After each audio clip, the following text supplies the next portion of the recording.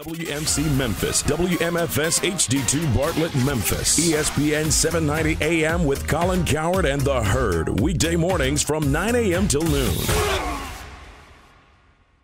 The views and opinions of the hosts or guests of the following program do not necessarily reflect those of the management or staff of Intercom Memphis.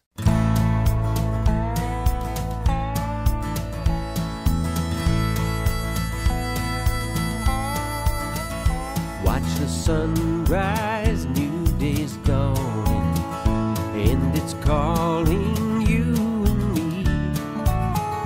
Where the mighty Mississippi flows by Memphis, Tennessee. We've got woodlands, fields, and water. Hey, there is no better way. You can find out all about it on Outdoors with Larry Ray.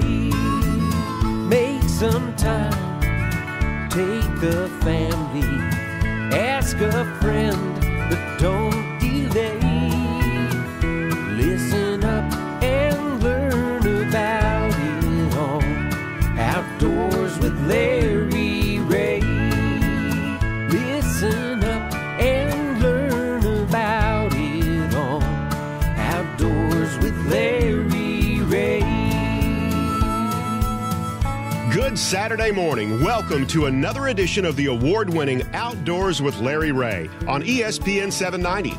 Brought to you proudly by the Tennessee Wildlife Resource Agency, Gaston's White River Resort, and Barton Power Sports. Now, here's your host, Larry Ray. Hey, good Saturday morning. Welcome to Outdoors with Larry Ray on this, the fourth Saturday of the month. I try to keep up with these things on my birthday. Today is my birthday. Happy birthday to me. Happy birthday to me. Larry. Happy birthday, dear Larry. Happy birthday to you. You don't want me singing, but happy birthday. Wait a minute, Bill. You can sing. I thought he was. Look, that I was can't sing. That was Ron? I can't even sing. Okay, all right. So Good morning, everybody. Oh, boy, what a wonderful day it is. Yeah, middle age for a 144-year-old man today. So there you go. So there you go. And it's Nothing good. wrong with it's that. good to see these travelers back in the studio. Besides, well, of course, Greg Ratliff, our show producer, he's got on his Black Hawks outfit over there, Yep. and with somebody's name on the back that I thought was What is that? NHL? Is that what that stands for? Look at that name on the back of his shirt. Now, you pronounce that one for me, okay? I'm not saying it on the air. That's a I hockey might make name. a mistake. That's a hockey name And I've I don't ever wanna seen do one that. right there. Hey, Ron's Now, what are been you traveling. doing for your birthday today? You've got to go out of town. I've got to go to Arkansas to but God's I'll country. bet you Yeah. you're going to also enjoy a Yeah. wonderful birthday. strawberry I am. cake. I'm waiting for it. You're going to get one, Okay. and you know who's going to make it. Yeah, and who's going to pick it up for me? Well, All right, we'll see. All right, I'm waiting for it. All right, but Ron's been traveling, Bill's been traveling, and still traveling. and Bill is still, well, all y'all Bill going is to still travel. traveling. My mind hasn't caught up with me. Me neither. Tell them where you've been, Bill. Well, it's probably not a lot of interest on an outdoor show. Well, I it was is, in Washington, D.C. on an 8th grade school trip. It's a 2 all-night bus rides and then everything, Washington, D.C., Williamsburg, and that sort of thing going on. And really good time, but I got in this Late. week early one morning, and Yeah. I'm still trying to get caught back up. And Bill had to go to school, I guess, didn't he? No, he's out for the year. Oh, they're over with. That was it? His last day was actually before they left for the trip. Really? Uh-huh. Well, that's pretty cool. Yeah. Don't you wish you were worked out that way for the chaperones? But everybody ought to take a trip to Washington, D.C. Absolutely. Great experience. And, of course, Ron was, while you were on the East Coast, Ron was I was on the left coast. He's on the left coast. And everybody on Facebook knows that Ron, he did do some work out there, believe me, but he also did a lot of eating. I expect him to come in and weigh 300 pounds when he came in the door. Listen, when you were working the hours I was working. Which hours was that? Pacific time or Central time? Well, whether or not it was Pacific or Central time or whatever you want to call it, Memphis time. Yeah. Mornings usually started at about 5 o'clock. That's early. And All right. it was about 7 o'clock in the evening before I got through. Yeah, but that means you got 4 meals instead of 3 if you work long hours Well, like that. but during some of those days when I was out on a media boat, you were at the they had bottles of water Yes, okay. and some crackers. Where do they get water in California? Okay, I mean, you've already. Hey, they buy it in the bottles. Yeah. But It's imported for sure. Yeah. you know, I will tell you that California, Texas, a lot of these places are really getting hammered by the drought. Yeah. And I know in Texas, though, over the last week, they've gotten quite a bit of rain. So some of the lakes are starting to fill up.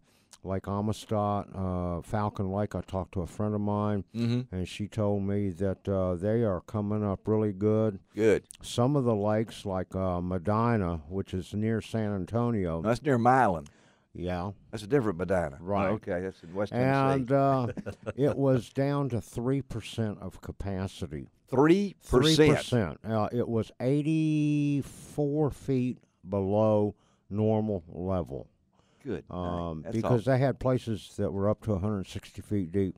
Well, it's now only 71 feet below normal. So amazing. They're hurting. But I got to tell you something. I want you to go out to Outdoors with Larry Ray. LR Outdoors. LROutdoors.com. Yep. There's a bunch of pictures from the BASS Elite Tournament on the Sacramento River. That was quite a trip. There was some really big fish caught. You're going to be able to see pictures of 12-pound bass that were caught. Ooh. There was a fellow he's actually from Japan, Ken Iobe. His first year on the Elite Series. Yeah. 2 days in a row, he brought in a 10-pounder. 2 days in a row? Yeah. Wow. And you know, it was pretty amazing. The guys that did well were very patient because those fish were on to their last spawn there. Uh-huh. And in a lot of places in that California Delta, you could actually see the fish.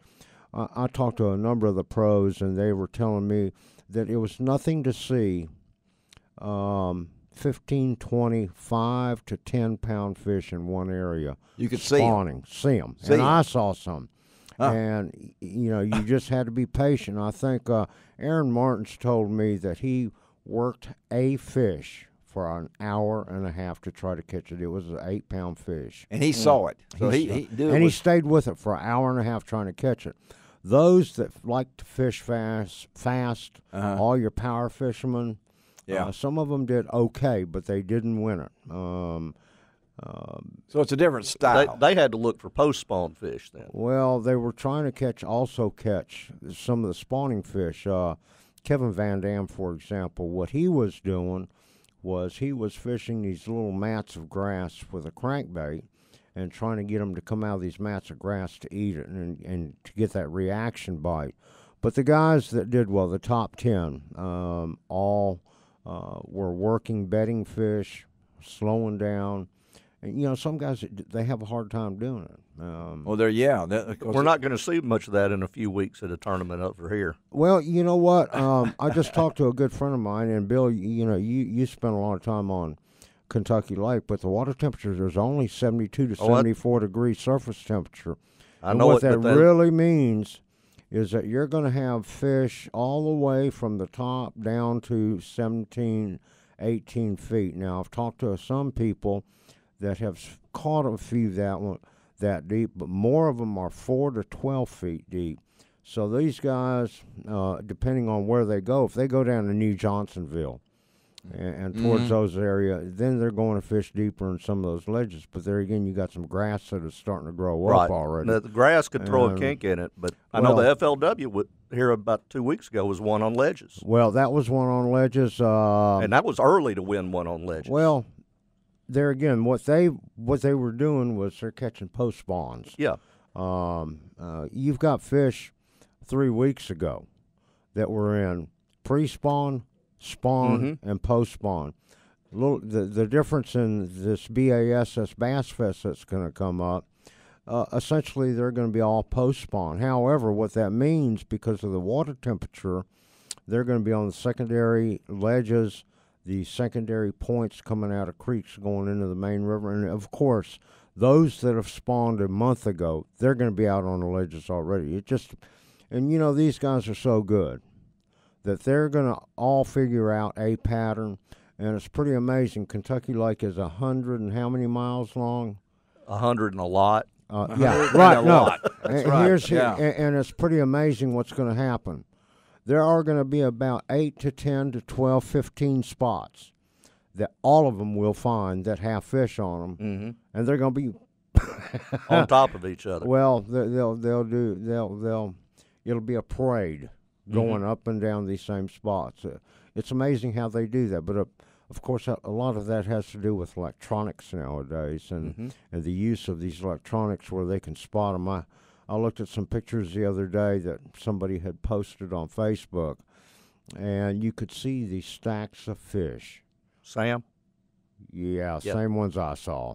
Yeah, well, we got, and that's coming up. I wasn't going to say a name, but that's okay. They've already given you a tease. That's the Bass Fest, Bassmaster Elite Series coming to Kentucky Lake up there at June 4th through the 7th. I know Ron will be up there. I know Bill will be up there. And before we get to that, we've got a big event this weekend. We're going to today, throw in, starting today. It started, well, a little bit yesterday. They all kind of night. checked in, and today it's the St. Jude Bass Classic kind of kickoff with Liz, the Gator Queen. They got the Gator Queen down there, and they got the Swamp Co-Star, and a lot of different things going on. Silent auction, and tomorrow is the tournament. Yeah, and today is registration for all the St. Jude Bass Classic contestants. They got to check in by, by 4 o'clock today. It starts at noon. Yeah, starts at noon. Yeah. And